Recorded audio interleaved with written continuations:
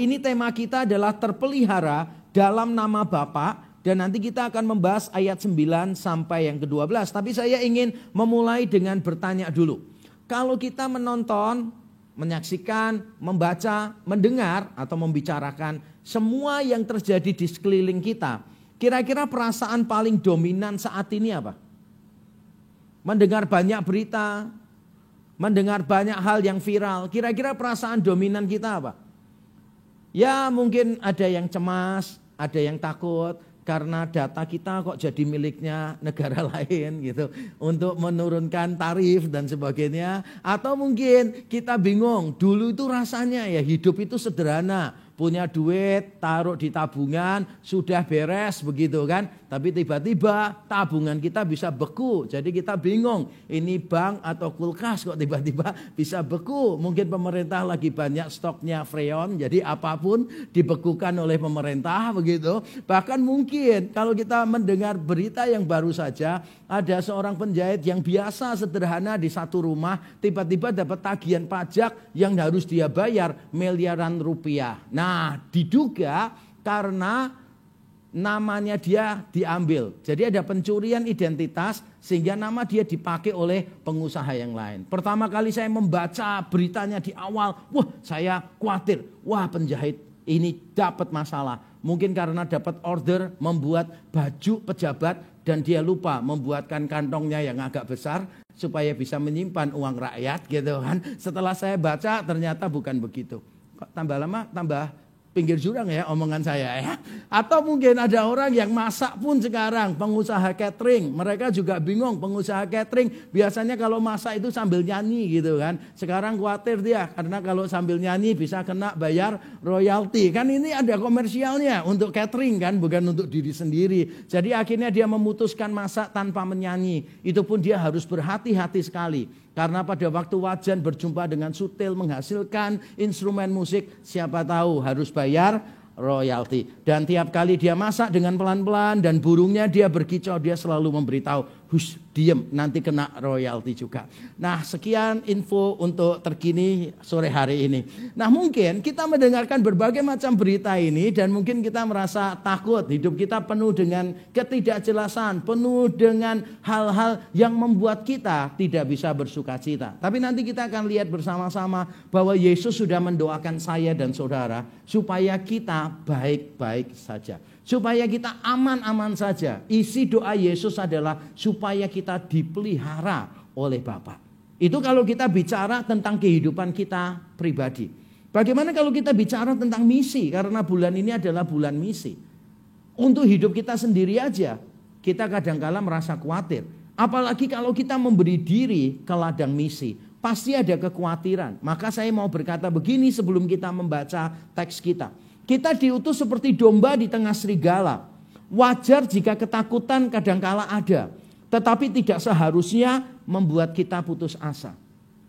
Wajar karena kita ini bukan serigala yang diutus di tengah kandang domba. Bukan, kita adalah domba yang diutus di tengah kawanan serigala. Pasti ada bahaya, ada ancaman dan pasti wajarlah kalau kita kadang merasa takut. Tapi kita tidak boleh dikuasai oleh ketakutan. Wajar jika ketakutan kadangkala ada, tetapi tidak seharusnya membuat kita putus asa. Mengapa? Karena Bapa di surga memelihara kita. Dan itulah doa Yesus yang akan kita pelajari. Dan sekarang mari kita membaca teks kita. Kita akan membaca bergantian, saya akan memulai lebih dulu. Injil Yohanes pasal 17 ayat 9 sampai 12. Saya akan memulai dulu.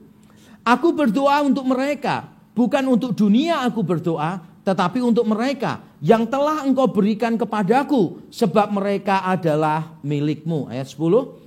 Dan segala milikku adalah milikmu, dan milikmu adalah milikku. Dan aku telah dipermuliakan di dalam mereka. Dan aku tidak ada lagi di dalam dunia, tetapi mereka masih ada di dalam dunia. Dan aku datang kepadamu. Ya Bapa yang kudus, peliharalah mereka dalam namamu. Yaitu namamu yang telah engkau berikan kepadaku. Supaya mereka menjadi satu sama seperti kita. Selama aku bersama mereka, aku memelihara mereka dalam namamu. Yaitu namamu yang telah engkau berikan kepadaku. Aku telah menjaga mereka dan tidak ada seorang pun dari mereka yang binasa. selain daripada dia yang telah ditentukan untuk binasa, supaya genaplah yang tertulis dalam kitab suci. Amin. Amin. Bagian yang baru kita baca, seperti yang saya sudah jelaskan di awal, merupakan doa Yesus yang kedua, permohonan Yesus yang kedua. Permohonan yang pertama untuk Yesus sendiri. Ya Bapa, permuliakanlah aku dengan semua yang akan terjadi. Karena salib itu artinya di dalam Injil Yohanes, Yesus ditinggikan, Yesus dimuliakan. Dan Yesus berdoa supaya Bapa dipermuliakan melalui kematiannya dia. Itu pokok doa yang pertama, permohonan pertama. Permohonan yang kedua ada di teks yang baru kita baca, yaitu di ayat 9 sampai yang ke-12. Yang menarik adalah kalau kita membaca 9 sampai 12, permohonannya itu baru muncul di ayat 11. Itu pun di ayat 11 bagian B. Baru minta itu 11 bagian B. Ayat 9 sampai 11a itu pendahuluan. Yesus tidak minta. Yesus cuma memberitahu bahwa aku berdoa untuk mereka, untuk murid-muridku ini. Bukan untuk dunia, untuk murid-muridku ini. Lalu Yesus menerangkan murid-muridnya ini siapa. Cuma itu aja pendahuluannya. Baru di ayat 11b dia minta. Coba saudara ingat-ingat doa saudara yang menjadi kebiasaan saudara. Begitu tutup mata, lebih panjang pendahuluannya atau lebih panjang permohonannya? Halo? Sama aja, karena memang gak pernah berdoa ya gak pernah ada pendahuluan, gak pernah ada permohonan. Biasanya kita ini begitu tutup mata langsung permohonan, daftar semua permohonan, bener gak sih? Sampai Yesus itu mendengarkan kita itu bingung gitu kan, ini doa atau daftar belanja, banyak banget kebutuhannya gitu kan. Nah Yesus itu akan meminta sesuatu juga pastinya, tapi yang menarik menurut saya adalah pendahuluan doa ini cukup panjang. Porsinya itu dari ayat 9 sampai 11a. Dan bukan cuma itu. Yesus memulai di ayat 9a dengan kalimat begini. Aku berdoa untuk mereka, untuk murid-muridku. Bukan untuk dunia aku berdoa. Ditambahkan lagi. Tetapi untuk mereka. Lalu dia menjelaskan mereka ini siapa. Muridnya ini siapa. Yaitu miliknya Bapa. Diberikan oleh Bapa kepada Yesus dan seterusnya. Bagi kita tampaknya doa Yesus itu bertele-tele.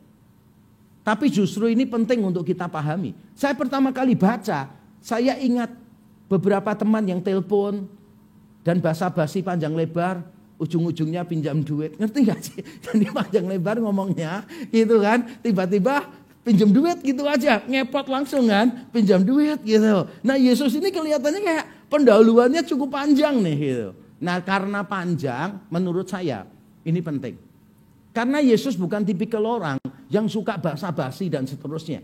Ketika dia mengatakan sesuatu secara lebih panjang, apalagi diulang diberi penekanan loh. Aku berdoa untuk mereka, bukan untuk dunia, tapi untuk mereka. Lalu dia jelaskan mereka ini siapa. Menurut saya ini penting. Maka kita perlu untuk membahasnya. Nah mungkin pada waktu kita membaca kalimat Yesus tadi, kita bingung karena Yesus berkata begini. Aku berdoa untuk mereka, murid-muridku. Bukan untuk dunia. Mungkin kita bingung ya. Karena selama ini kan kita diajar untuk mendoakan dunia ini. Benar atau betul? Siapa di sini yang punya kebiasaan berdoa untuk suku terabaikan? Setiap hari minimal satu suku didoakan. Ada? Gak usah rebutan satu-satu aja. Saya tahu banyak yang melakukannya. Kan kita diajar untuk peduli dengan dunia kan ya. Tapi Yesus di sini mengajarkan, aku berdoa bukan untuk dunia. Loh bagaimana mau kita diajar untuk berdoa bagi dunia? Ini kok malah Yesus menegaskan, aku berdoa bukan untuk dunia. Kita baru bisa memahami ini kalau kita tahu, dunia di dalam Injil Yohanes, itu muncul berkali-kali kata dunia. Dan di situ artinya itu bukan planet bumi.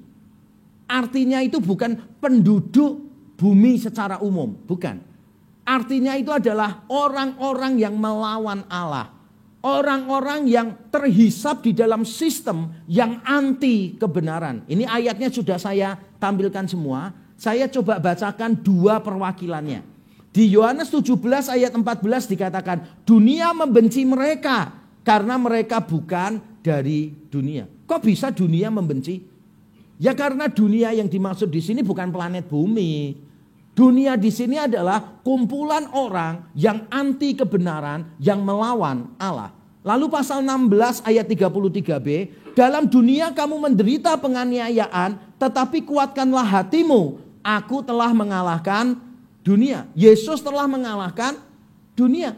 Jelas artinya bukan Yesus telah memecahkan berbagai macam rekor di dalam Guinness Book of Records. Yesus bukan sedang menaklukkan berbagai macam liga dan kompetisi. Bukan. Ini artinya adalah Yesus telah mengalahkan sistem dunia yang jahat. Sistem dunia yang digerakkan oleh iblis. Sistem dunia yang digerakkan untuk melawan Allah. Dan Yesus mengalahkan dunia semacam itu. Makanya Yesus tidak berdoa untuk dunia. Kalau dia berdoa untuk dunia, maka dunia ini menjadi semakin kuat dan semakin melawan Allah. Itu maksudnya. Berarti Yesus tidak mengajarkan kita apatis terhadap dunia. Yesus tidak mengajarkan kita cuek terhadap dunia, bukan. Bahkan nanti kalau kita melanjutkan seri khotbah di Yohanes 17, kita akan mendapati bahwa Yesus berdoanya begini. Ya Bapa, aku berdoa bukan supaya mereka diambil dari dunia, ayat 15. Tapi supaya mereka diutus ke tengah dunia, ayat yang ke-18. Dan Yesus juga sudah berdoa untuk orang-orang yang nanti bertobat melalui pelayanan mereka di ayat yang ke-20. Berarti Yesus itu tidak anti terhadap dunia. Dalam arti Yesus tidak apatis terhadap dunia. Jadi Yesus juga ingin kita peduli dengan dunia. Tapi kalau saya lihat ya, mengapa ya Yesus perlu menegaskan bukan untuk dunia? Kalau saya boleh nerangkan, saya pakai satu kalimat yang saya pakai di dalam buku saya Gereja yang Menggerakkan Jemaat. Saya pakai kalimat ini. Prioritas tetapi bukan eksklusivitas. Saya ulang. Prioritas tetapi bukan eksklusivitas. Artinya apa? Artinya begini. Dalam hidup kita, dalam pelayanan kita juga, kita ini harus punya prioritas. Karena kita tidak mungkin jadi segalanya untuk segala orang. Gak mungkin. Allah panggil kita secara spesifik, kita melakukan sesuatu sesuai talenta kita. Ini namanya prioritas. Kita perlu tahu prioritas kita apa. Tetapi jangan sampai atas nama prioritas kita melakukan eksklusivitas. Saya kasih contoh yang paling jelas. Saya pernah ketemu satu hamba Tuhan, sekarang dia sudah meninggal, beberapa tahun lalu sudah meninggal, jadi dia tidak akan pernah bisa mendengarkan rekaman ini, jadi cukup aman. Nah, dia sudah meninggal dunia dan dia cerita kepada saya begini, panggilan saya itu memuridkan orang, kelompok kecil. Dan dia bilang begini, makanya saya tidak pernah mau diundang khotbah di belakang mimbar. Kalaupun diundang saya tolak, karena panggilan saya memimpin kelompok kecil. Menurut saya dia keliru sih. Berarti dia sudah melakukan eksklusivitas, bukan prioritas. Nah kalau memang ada kebutuhan, ya sudah dilayani dong. Tapi bukan diprioritaskan, tapi tetap dilayani. Saya misalnya, panggilan saya yang terutama sebagai dosen teologi. Panggilan saya sebagai gembala jemaat. Panggilan saya sebagai pembicara seminar. Panggilan saya sebagai trainers untuk hamba Tuhan dan majelis. Tapi setiap tahun saya ini masih khotbah di anak-anak SD. Jadi beberapa sekolah rutin panggil saya untuk khotbah di anak-anak SD. Ya tidak masalah, ya tetap saya layani. Tapi kalau tiap bulan saya pasti menolak. Mengapa? Bukan prioritas saya. Jadi kita harus punya prioritas, tapi tidak boleh punya eksklusivitas. Yesus juga begitu. Yesus itu tahu bahwa pada akhirnya muridnya menjangkau dunia. Tapi dia punya prioritas. Yang didoakan bukan dunia dulu. Yang didoakan murid-muridnya dulu. Karena kalau murid-muridnya baik-baik saja, maka murid-muridnya bisa menjangkau dunia. Kita kadang-kala ya suami istri bertengkar gara-gara prioritas dan eksklusivitas. Itu tidak dibedakan. Ada sepasang suami istri yang bertengkar. Gara-gara suaminya itu nggak mau bantu nyuci piring. Padahal istrinya lagi repot-repotnya. Lalu istrinya bilang, kok tolong dong kok cuci piring bantu. Langsung dia bilang gini, bukan pekerjaanku. Pekerjaanku cari uang, bukan cuci piring. Laki-laki tugasnya cari uang, bukan cuci piring. Gitu. Tapi kalau istrinya kerja, boleh. Harusnya istrinya jawab ya. Tugasku cuci piring. Bener gak sih? Bukan cari duit gitu. Ini memang semaunya aja ya suami ini. Jadi bersyukurlah dengan suami-suami yang saudara miliki yang tidak seperti ini. Tapi kalau suaminya mirip seperti ini ya tabah ya. Beristighfar dan sebagainya. Ya. Ada orang-orang tertentu yang pikirannya itu gini. Eksklusif. Pokoknya aku ini. Aku gak mau yang itu. Yesus gak loh. Yesus juga peduli dunia kok. Tapi dia menyiapkan dulu murid-muridnya. Supaya murid-muridnya menjangkau dunia. Nah lalu Yesus menerangkan nih. Aku berdoa bukan untuk dunia tapi untuk mereka. 2 kali dia ngomong. Untuk mereka. Mereka ini siapa? Nah ini kita lihat. Siapa sih mereka ini? Murid-murid Yesus ini siapa? Yesus jelaskan di ayat 9b dan 10. Dia berkata begini. Yang telah engkau berikan kepadaku. Sebab mereka adalah milikmu. Dan segala milikku adalah milikmu. Dan milikmu adalah milikku. Dan aku telah dipermuliakan di dalam mereka. Siapa murid-murid itu yang dibedakan dengan dunia? Murid-murid ini adalah yang diberikan Bapa kepada Yesus. Miliknya Bapa, sekarang miliknya Yesus. Dan yang paling penting bukan itu sih. Yang paling penting menurut saya adalah bagian terakhir yang memusingkan. Karena di bagian terakhir Yesus berkata begini. Aku telah dipermuliakan di dalam mereka. Hampir semua versi menerjemahkannya sama, hurufiah. Aku telah dipermuliakan di dalam mereka. Ada 2 versi yang mencoba memberikan terjemahan lain, tapi menurut saya tidak tepat. Misalnya New International Version menerjemahkannya begini, NIV. Kemuliaan telah datang kepadaku melalui mereka. Berarti yang memberikan kemuliaan siapa? Murid-murid kan? Padahal perkataan Yesus bukan itu. New Living Translation menerjemahkannya begini. Mereka membawa kemuliaan kepadaku. They bring me glory. Menurut saya ini terjemahannya keliru. Karena dalam bahasa Yunani, kata yang dipakai itu di dalam, bukan oleh. Aku telah dipermuliakan di dalam mereka, bukan oleh mereka, tapi di dalam mereka. Jadi apa artinya? Yesus menyebut murid-murid ini bukan cuma yang diberikan Bapa kepadanya, bukan cuma milik Bapa dan sekarang jadi miliknya, tapi Yesus berkata, aku telah dipermuliakan di dalam murid-muridku. Artinya apa? Cukup membingungkan sih. Saya pertama kali baca ini juga bingung. Saya baca tafsiran Alkitab, tidak banyak yang memberikan jawaban yang bermanfaat, yang berguna. Lalu saya coba mencari, kira-kira apa ya artinya ini? Dan saya menemukan dengan cara melihat Injil Yohanes secara keseluruhan.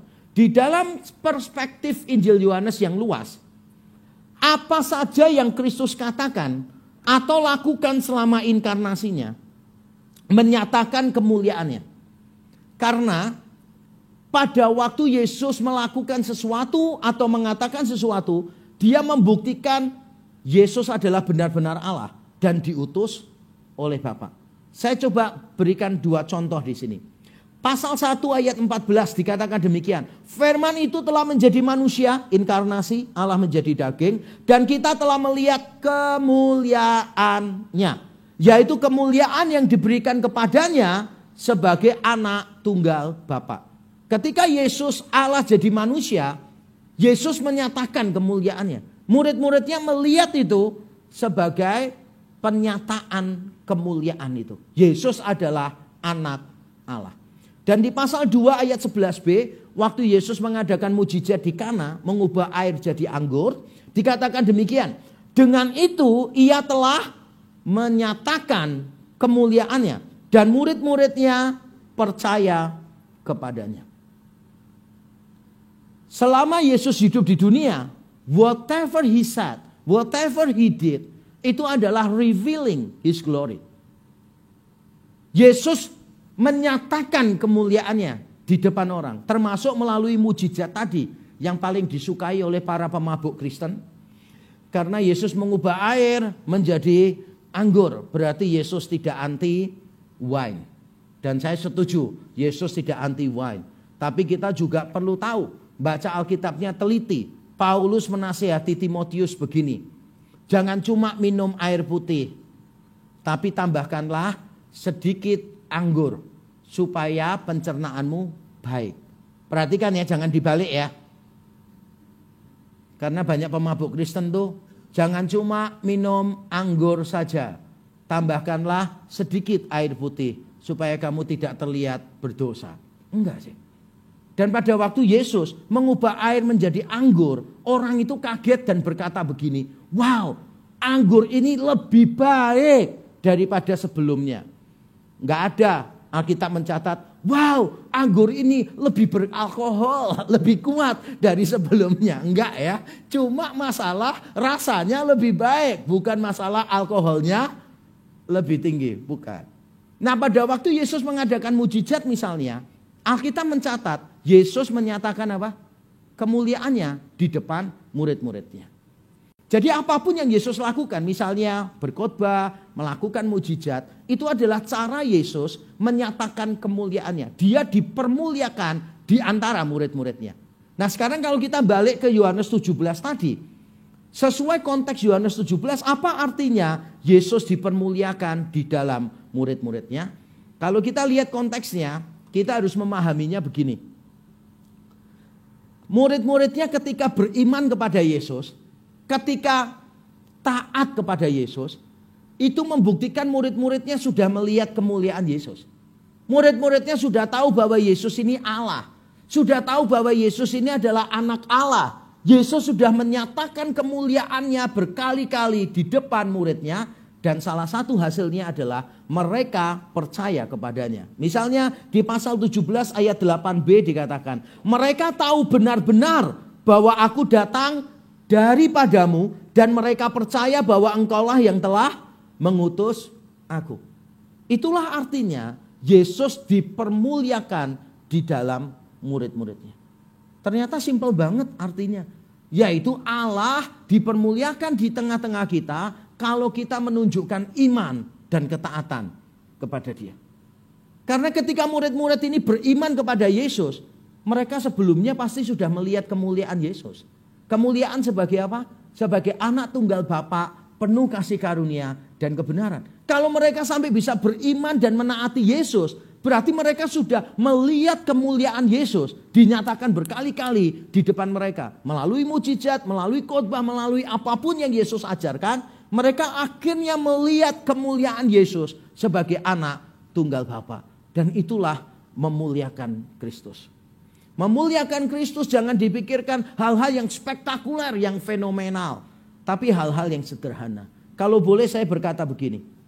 Kristus lebih dimuliakan melalui ketaatan kita kepadanya daripada kehebatan dan pencapaian kita bagi Dia. Sekali lagi, Kristus lebih dimuliakan melalui ketaatan kita kepadanya daripada kehebatan dan pencapaian kita bagi Dia. Doa yang paling saya takuti adalah doa setelah saya berkhotbah dan pendeta setempat mendoakan saya. Karena biasanya di banyak gereja doanya begini. Kami mau berdoa untuk pendeta atau Pastor Yakub Trihandoko yang sudah menyampaikan firman. Tuhan, kami berdoa kiranya Tuhan pakai dia lebih hebat, lebih dahsyat, lebih berkuasa, lebih luas lagi.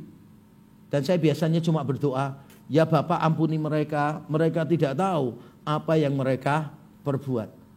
Mengapa begitu? Karena saya tahu kelemahan saya itu kesombongan.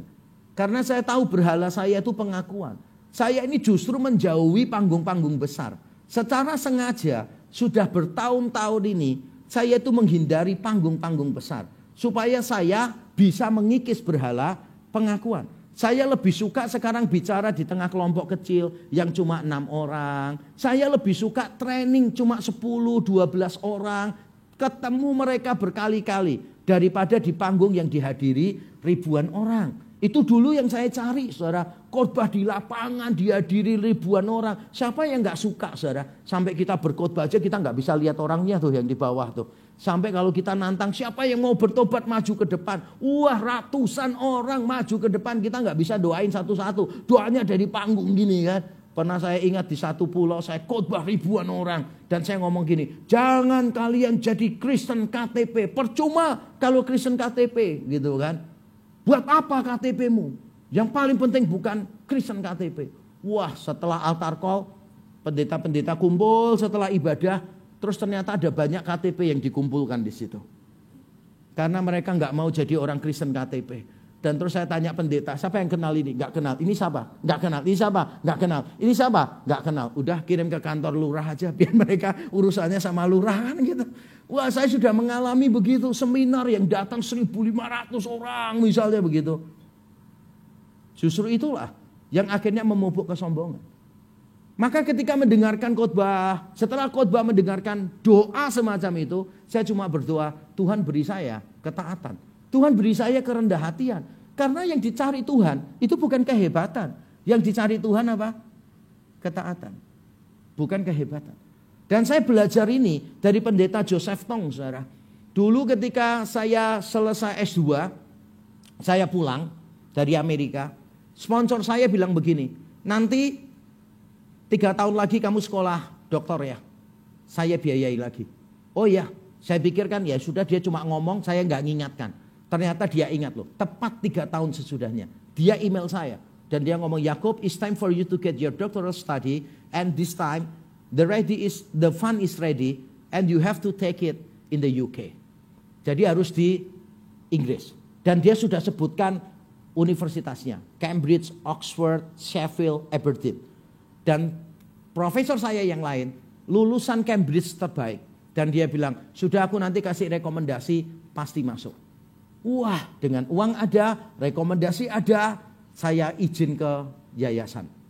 Setelah izin ditolak. Padahal yayasan gak keluar duit satupun dan saya tidak ada ikatan kontrak. Jadi saya tidak izin pun gak apa-apa sebetulnya. Tapi ketika saya izin ditolak. Lalu saya bincang-bincang dengan Pak Joseph Tong. Pak Tong, ditolak nih Pak Tong. Bagaimana ya? Pak Tong bilang begini. Kamu percaya gak Tuhan mengubah hati dan pikiran orang? Percaya sih Pak Tong. Kamu doa puasa, ngajak rapat lagi. Setelah doa puasa, ngajak rapat, tetap ditolak. Terus saya tanya Pak Tong tetap ditolak nih, bagaimana? Saya ingat kalimatnya Pak Tong, sampai hari ini saya ingat. Pak Tong ngajarkan saya begini. Ketaatan lebih penting daripada kepandaian. Obedience lebih penting daripada achievements. Dan Pak Tong bilang begini, belajar taat sama pimpinanmu. Dan saya bersyukur, itu keputusan yang tepat yang saya buat. Saya tidak menyesali itu. Karena sampai sekarang saya percaya, ketaatan lebih penting daripada kepandaian. Ketaatan lebih penting daripada semua pencapaian. Kristus dimuliakan di dalam kita, bukan ketika kita melakukan hal-hal yang spektakuler. Tapi ketika kita menunjukkan iman dan ketaatan kepada Dia. Itu pendahuluannya, panjang sekali ya pendahuluannya ya. Sekarang kita masuk ke isi doanya. Isi doanya adalah begini. Supaya mereka dipelihara oleh Bapa. Di ayat 11b dikatakan, ya Bapa yang kudus, peliharalah mereka dalam namamu. Nama di sini bicara tentang otoritas, tentang kuasa. Kalau saudara cari kata onoma yang ada di Injil Yohanes, hampir semua kata onoma muncul berkaitannya dengan kuasa atau otoritas. Jadi ketika Yesus berdoa, ya Bapa peliharalah mereka dalam namamu, artinya begini. Ya Bapa peliharalah mereka dalam kuasamu. Dan doa ini penting. Karena Yesus sebentar lagi tidak ada di dunia. Sebentar lagi Yesus akan meninggalkan murid-muridnya. Dan murid-muridnya akan mengalami penganiayaan dari dunia. Mereka akan tercerai-berai. Mereka akan terserak-serak kemana-mana. Dan itulah yang akan terjadi dengan murid-murid. Dan Yesus mendoakan, ya Bapa, peliharalah mereka dalam namamu. Yesus tidak berdoa begini, ya Bapa, hilangkanlah semua bahaya. Tidak. Yesus tidak berdoa, ya Bapa, musnahkanlah semua pembuat bahaya. Tidak. Yesus tidak berdoa supaya bahayanya berkurang. Tapi Yesus berdoa supaya muridnya terpelihara di tengah bahaya. Dan kalau Bapa yang memelihara, maka ada hasilnya. 2 hasil yang akan kita pelajari. Yang pertama adalah kesatuan murid-murid. Dikatakan demikian di ayat 11. Ya Bapa yang kudus, peliharalah mereka dalam namamu, yaitu namamu yang telah engkau berikan kepadaku, supaya mereka menjadi satu sama seperti kita. Kesatuan itu penting bagi murid-murid waktu itu, karena mereka minoritas. Belum banyak seperti kita sekarang di seluruh dunia, orang Kristen masih tetap paling banyak dibandingkan yang lain. Zaman dulu sedikit, sangat sedikit minoritas, dan mereka berada di dalam penganiayaan. Saudara kalau pernah ke luar negeri untuk sekolah, untuk kerja, saudara paham maksud saya. Di luar negeri itu, kalau ketemu orang Indonesia, itu berharga banget. Itu something banget saudara kalau ketemu orang Indonesia. Kita tuh bisa senengnya luar biasa ketemu orang Indonesia. Padahal kalau di Indonesia kita itu saling sikut rebutan sembako gratis. Gitu. Tapi kalau di luar negeri rasanya itu kayak kita saling membutuhkan satu sama lain. Saya pernah diundang khotbah di Sydney. Lalu diajak makan di restoran yang terkenal mie-nya, noodles-nya. Wah, antriannya panjang mengular, saudara. Gila, itu bukan antri sembako gratis loh, saudara. Bukan, bayar restoran mahal. Wah, mengular, saudara. Dan saya putuskan, ya udahlah, antri aja. Dan menariknya pada waktu antri, ternyata hampir 90% yang antri bukan cuma orang Indonesia, orang Surabaya. Sampai kami itu bergurau, ini Sydney kok berasa kayak Surabaya ya gitu. Sydney berasa seperti Surabaya, tapi suka lah. Kalau kita di luar negeri ketemu orang Indonesia itu rasanya kayak, wah seneng banget. Kenapa? Karena kita minoritas, kita butuh orang lain. Nah murid-murid itu minoritas, dianiaya. Mereka butuh kesatuan satu sama lain. Satu apa saudara? Patokan bersatunya apa? Yesus jelaskan, supaya mereka menjadi satu sama seperti kita. Sama seperti Bapa dan Yesus. Artinya apa dong? Kita sudah lihat di ayat-ayat di atasnya. Kalau Bapa dan Yesus itu saling memiliki. Ayat 10a dikatakan, segala milikku adalah milikmu dan milikmu adalah milikku. Dan tampaknya prinsip ini ditiru gereja mula-mula ya. Ketika mereka menjual harta bendanya walaupun gak semua. Lalu dibagikan kepada orang miskin. Jadi saling memiliki satu sama lain. Dan juga Bapa dan Yesus saling menghormati. Di ayat 1b dikatakan, Bapa telah tiba saatnya, permuliakanlah anakmu, supaya anakmu mempermuliakan engkau. Saling menghormati. Gereja itu bukan tempatnya orang saling merendahkan, saling menghina, saling menjatuhkan. Bukan. Gereja itu seharusnya menjadi tempat di mana kita saling menghormati, di mana kita saling memiliki satu sama lain. Gereja itu seharusnya jadi tempat untuk berbagi. Apa yang Tuhan berikan kepada kita secara lebih, itu yang kita berikan kepada orang lain. Kelebihan itu mungkin harta, kelebihan itu mungkin tenaga kita, waktu kita, atau mungkin kepandaian kita. Maka yang punya lebih harus berbagi kepada orang lain. Itu namanya kesatuan Allah Tritunggal yang harus ada di dalam gereja Tuhan. Dalam buku saya Gereja yang Menggerakkan Jemaat yang saya tulis sudah cukup lama, saya di situ menunjukkan bahwa kesatuan gereja didasarkan pada keintiman Allah Tritunggal. Dan salah satu ayat yang penting adalah ini. Jadi kita menunjukkan kesatuan yang mencerminkan kesatuan Bapa dan Yesus. Pasti beberapa di antara kita berpikir, apa benar kita itu bisa persis sama kesatuannya seperti Bapa dan Yesus? Jawabannya adalah tidak. Karena keunikan kesatuan Yesus dan Bapa itu unik. Keunikannya terletak pada ini. Bahwa kesatuan Bapa dan Yesus itu secara hakiki, secara natur, atau dalam bahasa kerennya secara ontologis, Yesus dan Bapa dari dulu sejak kekekalan memang tidak bisa terpisahkan. Kalau kita ini kan dijadikan satu. Kalau Allah Tritunggal adalah satu.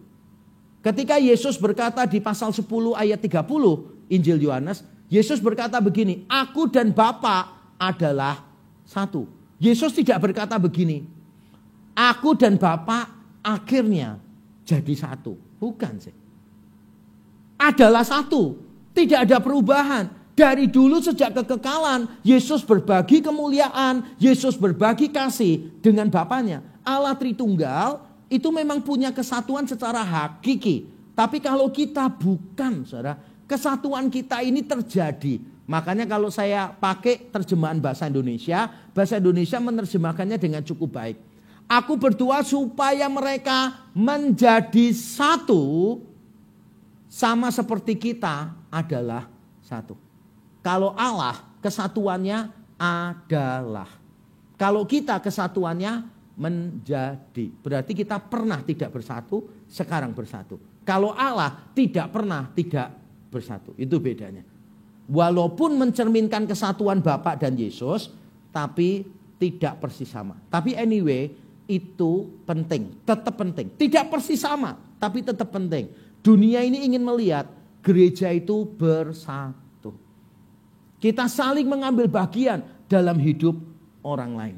Yang kedua, hasilnya apa? Kalau Bapak memelihara kita dengan namanya, dengan otoritasnya, dengan kuasanya. Hasilnya apa? Hasilnya bukan cuma kesatuan murid-murid, tapi hasilnya yang kedua adalah keselamatan murid-murid. Mari kita baca ayat 12 bersama-sama. 1, 2, 3. Selama aku bersama mereka, aku memelihara mereka dalam namamu, yaitu namamu yang telah engkau berikan kepadaku. Aku telah menjaga mereka dan tidak ada seorang pun dari mereka yang binasa selain daripada dia yang telah ditentukan untuk binasa. Supaya genaplah yang tertulis dalam kitab suci. Yesus berdoa supaya Bapa memelihara murid-muridnya dan Yesus berkata begini. Selama aku di dunia, aku menjaga mereka. Tidak ada yang binasa. Sekarang Yesus mau meninggalkan dunia. Yesus berdoa untuk murid-muridnya supaya tetap selamat, tidak ada yang binasa. Apa yang dikhawatirkan Yesus sih sebetulnya? Ketika dia berdoa, dia memikirkan apa terhadap murid-muridnya?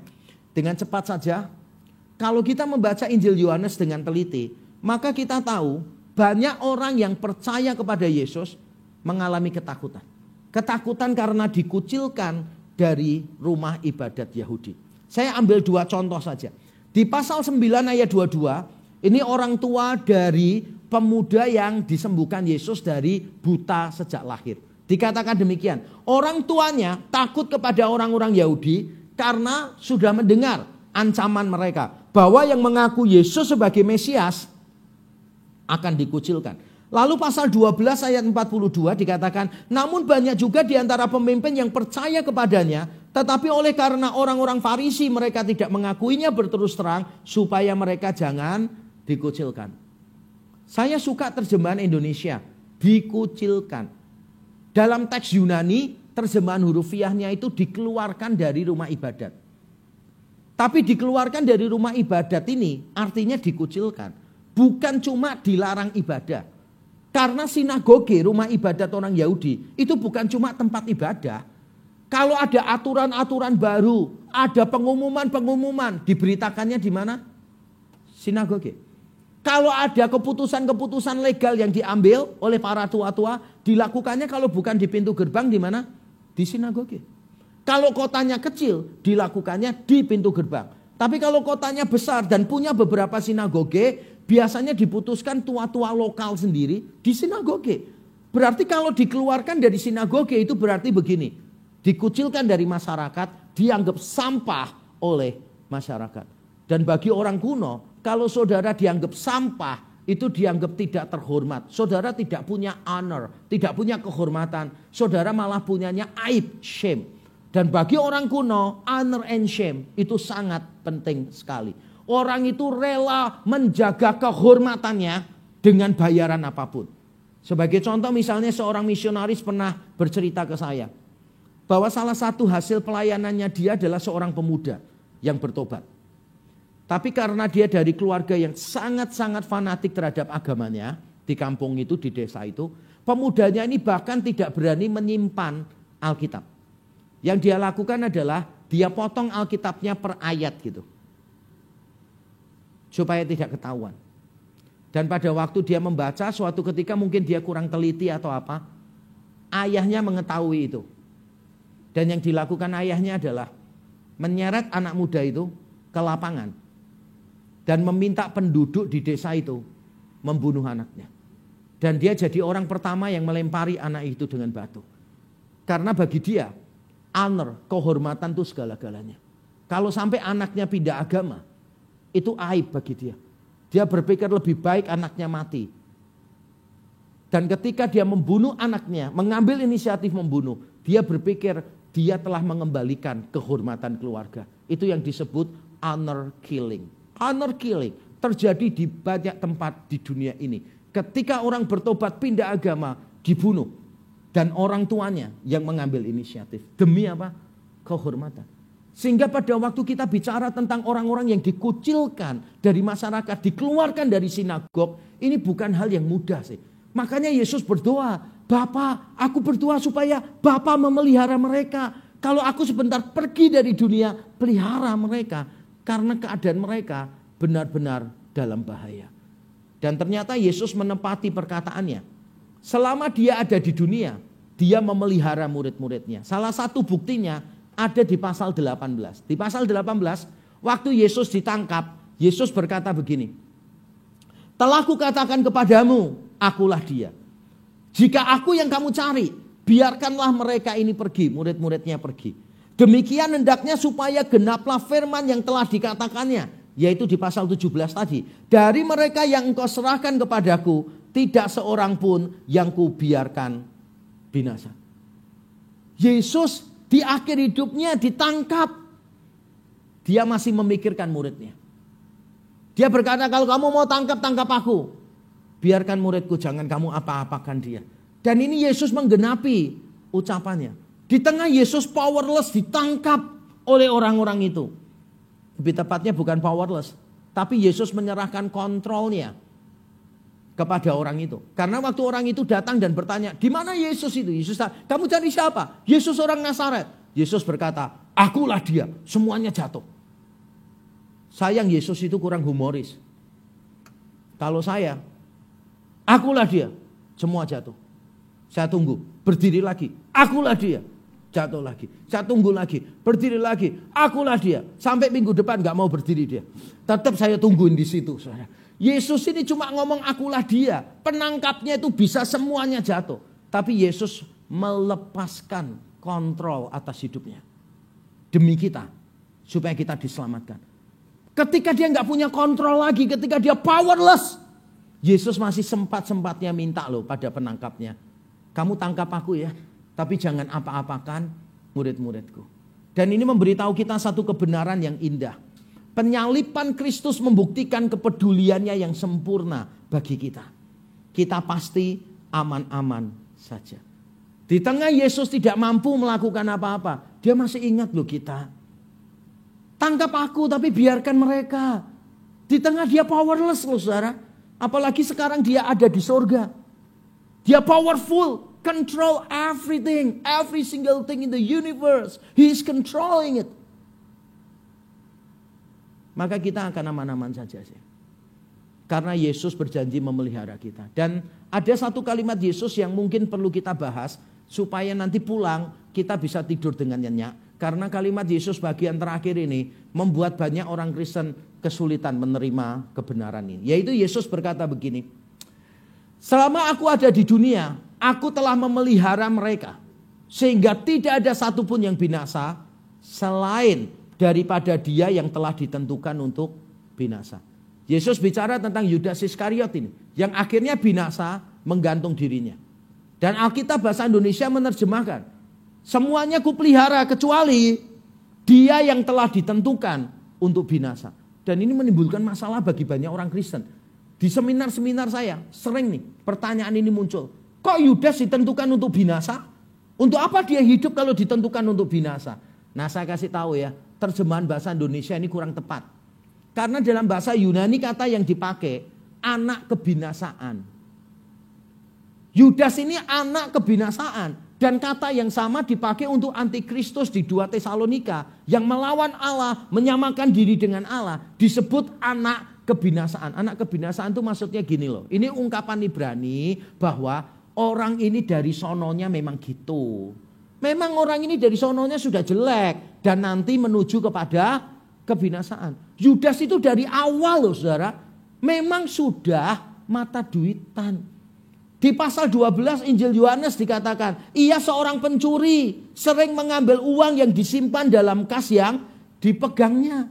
Yudas itu dari sononya memang dekat sama iblis, saudara. Di pasal yang ke-6 Yesus berkata, seorang di antaramu itu iblis.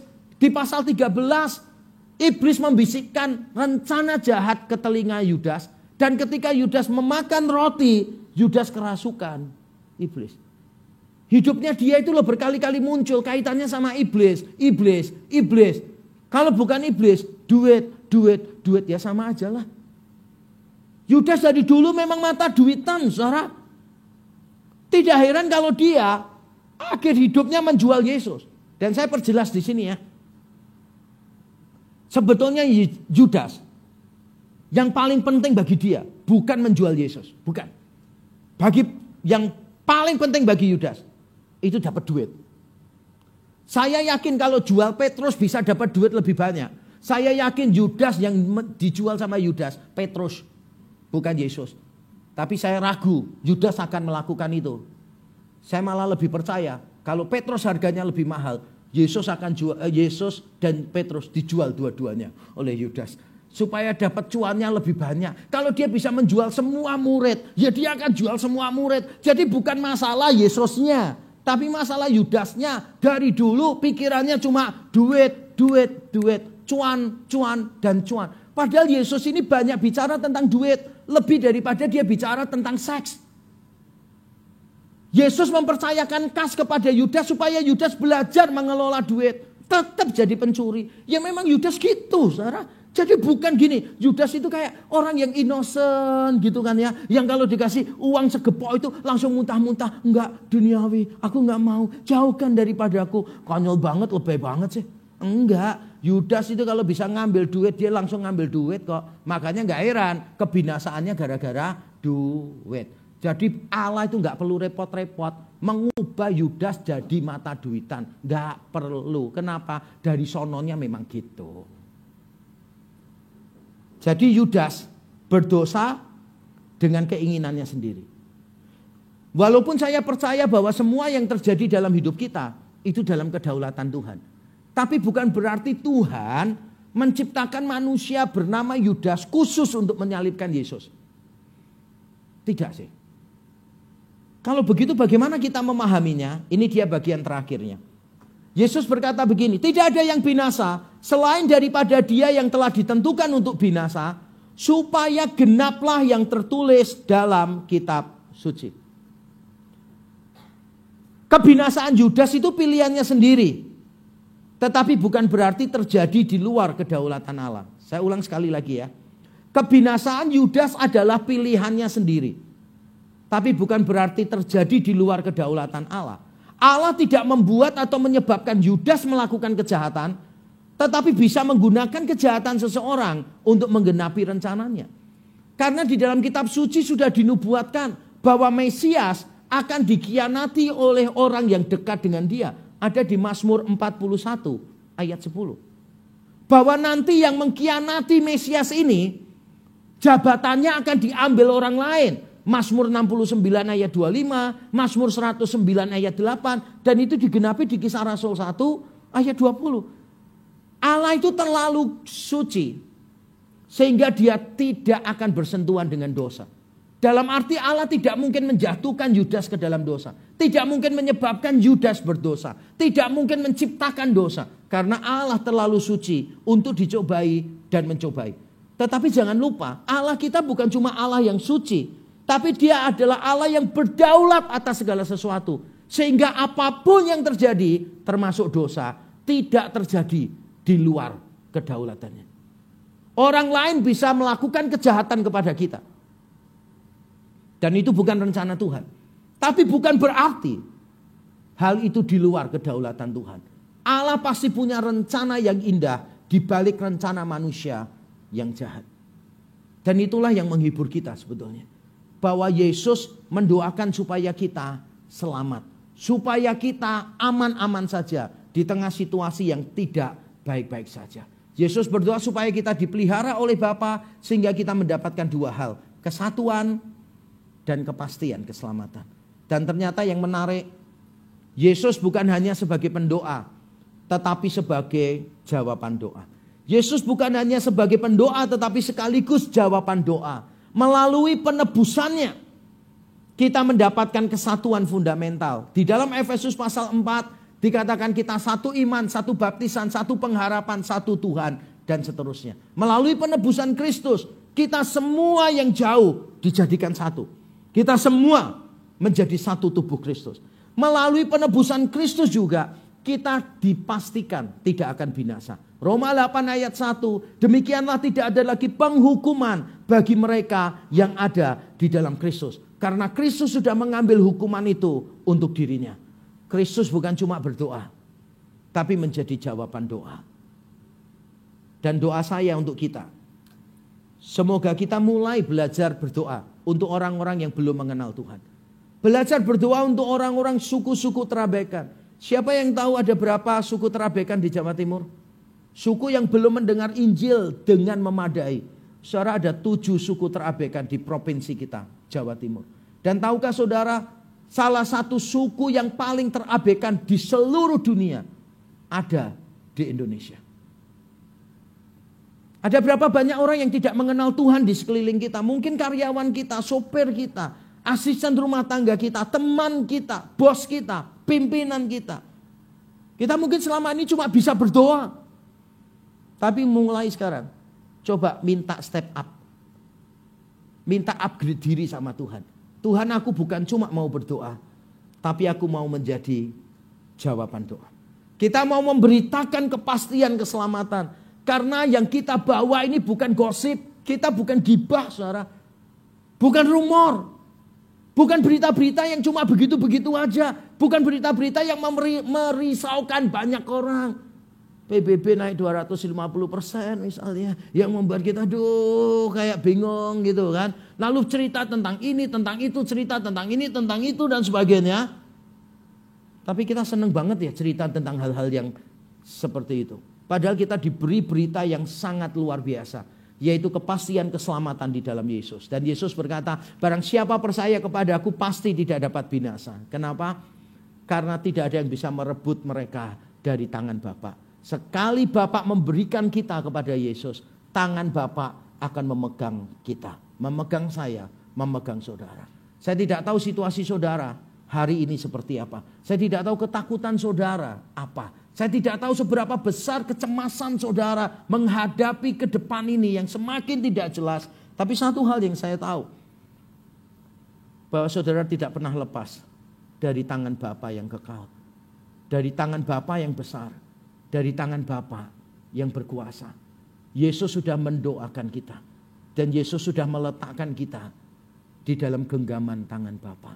Apapun keadaan kita, kita mungkin sedang tidak baik-baik saja. Tapi kita pasti aman-aman saja. Mari kita tunduk kepala, kita berdoa.